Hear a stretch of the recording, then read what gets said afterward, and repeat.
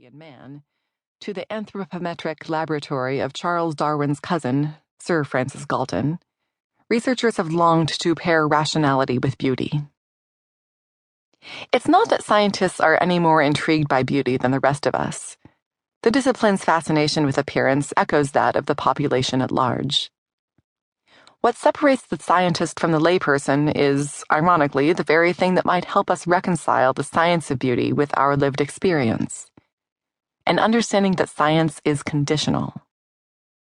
Scientists tend to position their work as one contribution to a larger body of knowledge, as opposed to establishing a pure fact in and of itself.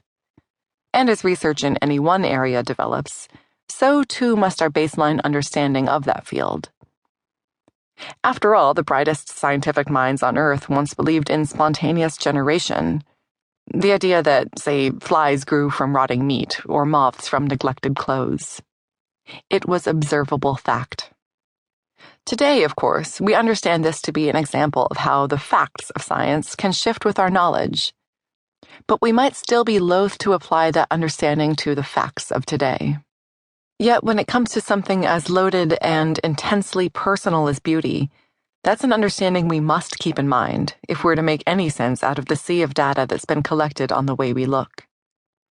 At its best, the science of beauty may be able to illuminate why we find beauty where we do. But its lingering contribution may be the mere fact of its existence. The enormous pool of data tells us that we're eager, verging on desperate, to understand beauty and its draws. The fact that we keep searching for answers within the sciences indicates that we're unwilling to settle for easy, cliched answers about the human drive for beauty. Numbers don't lie, right? Beauty is a concept, not a fact. But unlike with other concepts such as justice, truth, and honor, we believe that if we just investigate beauty thoroughly enough, we can come up with an objective measure of it. And in some ways, these measures can actually help us relieve beauty of some of its weight.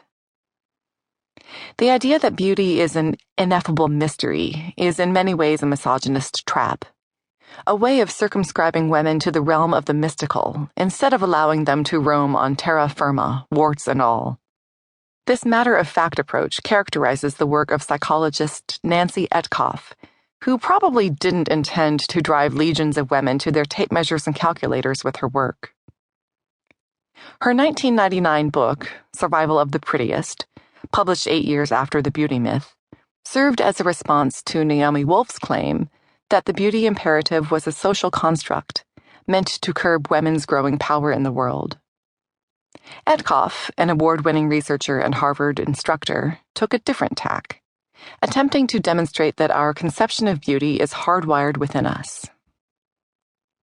The human eye, she argues, is drawn to physical characteristics that supposedly signal prime ability to propagate the species.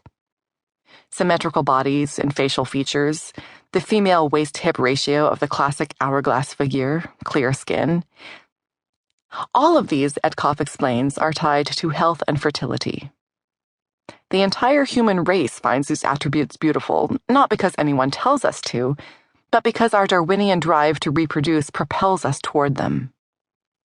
Our thoughts and our behaviors are ultimately under our control, Etkoff takes pains to make clear, but we simply can't help what our eye is drawn to.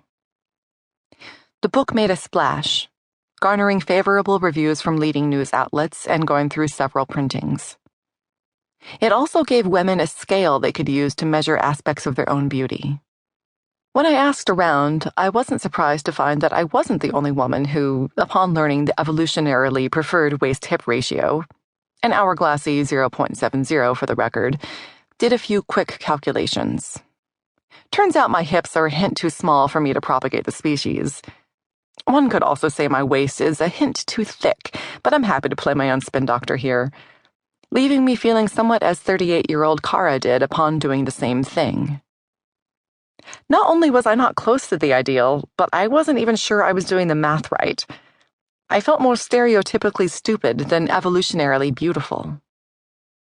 But for every woman whose waistline theoretically destines her to dateless Saturday nights, there's another who learns she's been blessed with the